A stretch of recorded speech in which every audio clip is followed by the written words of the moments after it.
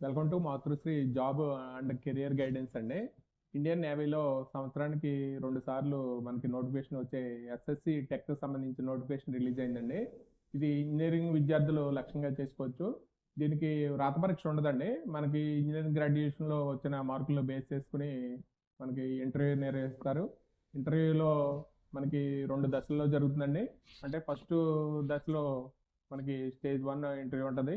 మిగతా 4 రోజులు stage 2 interview ఉంటదండి.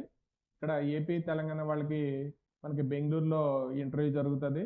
ఈ స్టేజ్ 1, స్టేజ్ 2 కంప్లీట్ చేసుకున్న వాళ్ళకి మనకి మెడికల్ పరీక్షల అనంతరం 49 వారాల ట్రైనింగ్ ఉంటదండి.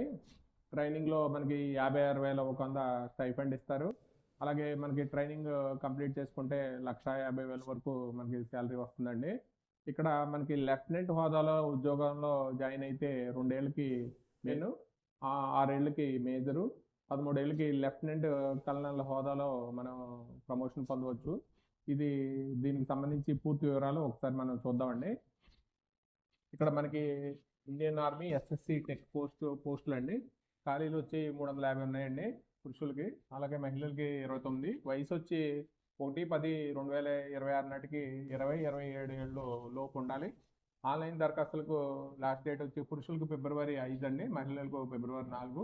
దీనికి సంబంధించి వెబ్సైట్ అండి www.joinindianarmy అండి, indianarmy.nic.in అండి. ఇది మనకి ఇండియన్ ఆర్మీ ఎస్ఎస్సి టెక్ పోస్టుకి సంబంధించిన నోటిఫికేషన్ అండి. అంటే ఇంజనీరింగ్ గ్రాడ్యుయేట్స్ వాళ్ళ యొక్క ట్రేడుల్లో ఉద్యోగం చేయాలనుకునే వాళ్ళకి మంచి అవకాశం అండి.